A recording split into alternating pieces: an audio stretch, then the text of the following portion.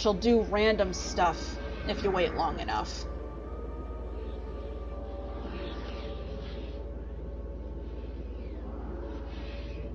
Like I said, you gotta wait. Or she won't. Come on. There we go. Once she goes into that stance, she'll do various things. If at all. I know, it takes a while. It's basically the wait animation. There we go. Yep, she'll just play with the cards. Change it up to this weapon. There we go. Now let's do this. Stand here. Yeah, she plays with she does something with each of the weapons. It's pretty cool. All of the weapons except 2 or 3 have alt fire. The blunderbuss doesn't. Really? Are you bloody well kidding me? Nope. Okay then. Worst case scenario, you can edit this. Yeah, I can edit this.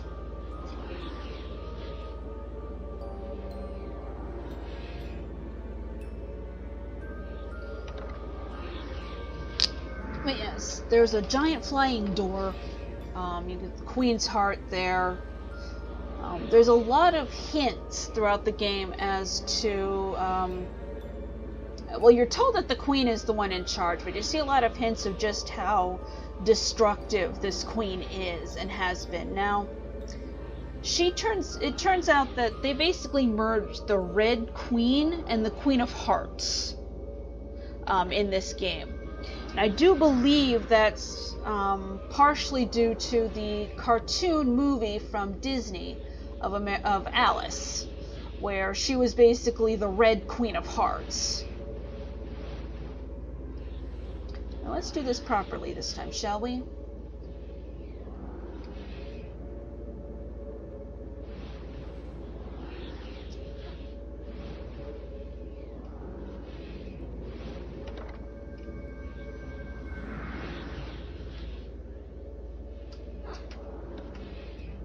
Alice does jump like she's got ice under her feet when she lands. It's really, really annoying. As you can see, she slid right there. You do eventually learn to just deal with it. Cough, cough, quick save. Whoa, almost fell off there. You will see me quick saving a lot. I know it's kind of cheating. A lot of people will think that, you know, oh, if you're good at the game, you won't need to quick save. But a game where Alice is butter under her feet and the difficulty spike is all over the map. Left, right, center. See, even the guards will do stuff when they're waiting. And a Boojum will actually take off its head and play with it if you can catch them. Ah, Boojum.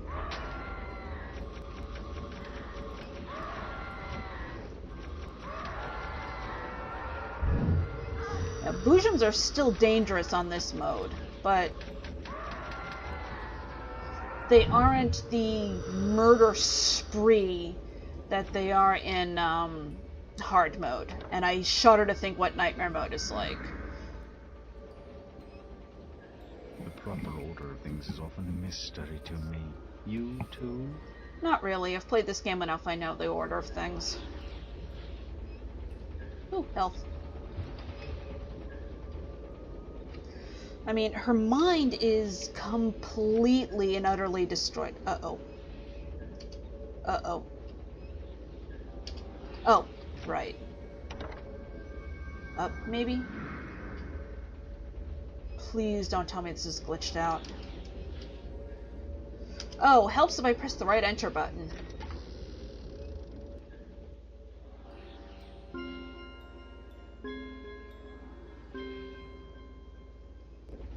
I was pressing the wrong enter button, folks. Yes, I bright. I use enter button.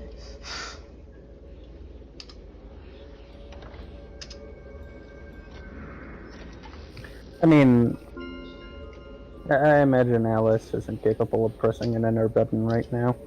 Probably not. In fact, she isn't. She barely eats. I honestly think the cat being emaciated is kind of the same as Alice having not eaten very much. I mean, they can barely feed her in the manual. Oh, I forget the word. What's that word? The supplemental text. In the supplemental text, it tells you that Alice doesn't eat much at all. The orderlies that are supposed to be feeding her can barely get her to eat. I think that's represented by the cat's emaciated form. As you can see, stronger enemies drop stronger health. The cards get more difficult as you go on. I mean, the hearts have a damn screen nuke. I saw that! That's So cheap. the thing is, they're approaching this wrong. Instead of making her less crazy, make her more crazy, because eventually she'll get crazy enough that she'll just eat her victims. Yeah, pretty much. That's what I think anyway. See that in the background? That's called foreshadowing. That thing there in the background is actually a boss that you'll have to fight later.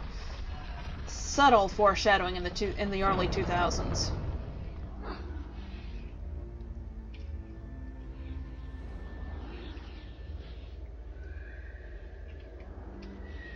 I honestly think that some of the puzzles that she goes through are her putting her mind back together. She's putting everything back together slowly but surely. Oh, you get stuck between two pieces there. Yeah, you can. Come on, up you get. This is all done on the Quake engine, by the way, guys. The original Quake engine did all of this. Ah, Boojums! Boojum sense was tingling. Yeah, for an emaciated girl, Alice sure can do some pretty good pull-ups. Oh my, yes. Again, though, this is her mind self. In her own mind, she is rather powerful, let's say. She isn't all powerful, but she does have power in her mind realm. That's why I think she was dressed in... Really? We're gonna do this? That's why I think you could see her being dressed in her Alice attire in the asylum. That was her mind getting ready to enter here. She was ready at that point. Nope.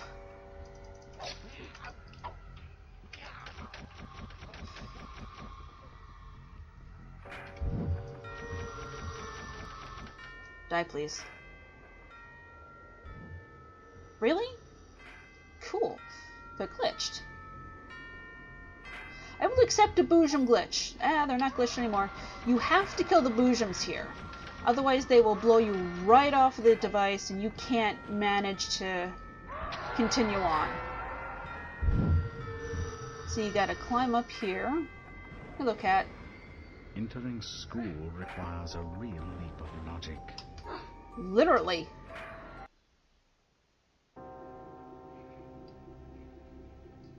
I'm glad. Do you want to keep? Alice is going to school. Do you want to keep going? Yeah, we could keep going. Sweet.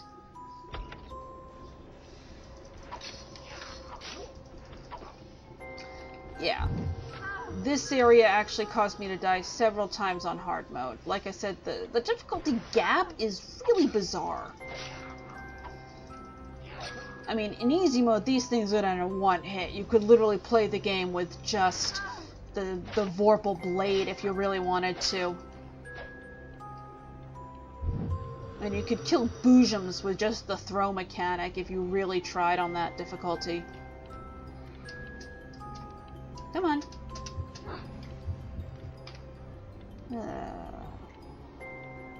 her hitbox detection on jumping on things is a little off, as you noticed. There we go. Well, I mean, they Here's tried. a riddle. When is a croquet mallet like a billy club? I'll tell you. Whenever you want it to be. I love the cat's voice in this. I'm told that the same guy, I basically got the same cast back for the second game, but he aged so much that it's really hard to tell that it's the same dude. I love the croquet mallet, it's so much fun. And its main attack is a swing that costs no mana whatsoever and electrifies your enemies. Oh, I'm in the wrong area, that's why. Wrong spot.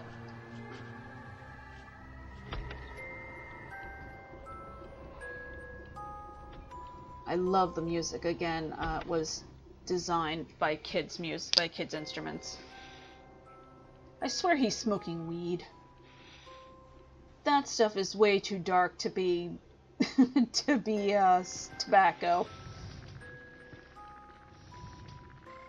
Now, I'm told that each of these insane children here represents a mental disorder. You suggested, don't you think?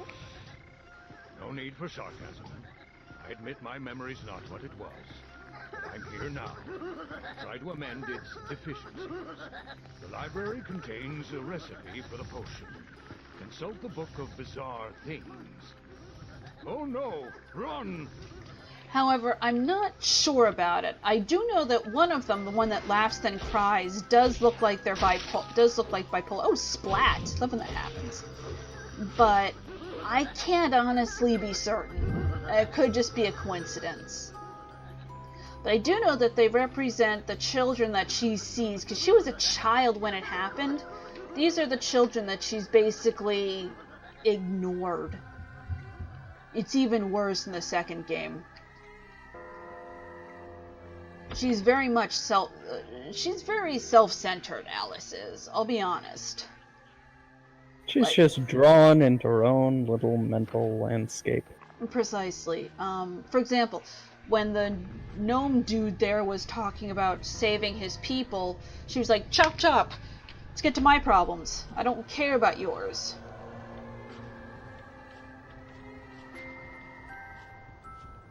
And that just proves that she's very driven, yes, but also very self-centered. Watch this. You can electrify the children. It does nothing to them. That man makes Alice happy. Fuck you.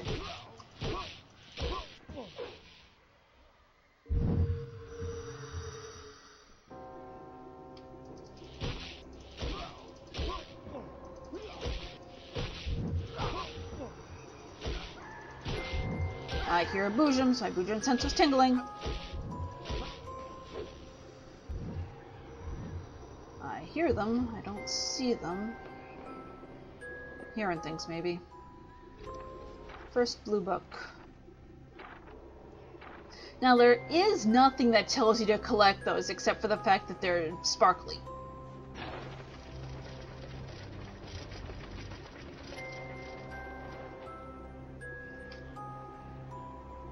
Cat me. Steps to enlightenment brighten the way, but the steps are steep. Take them one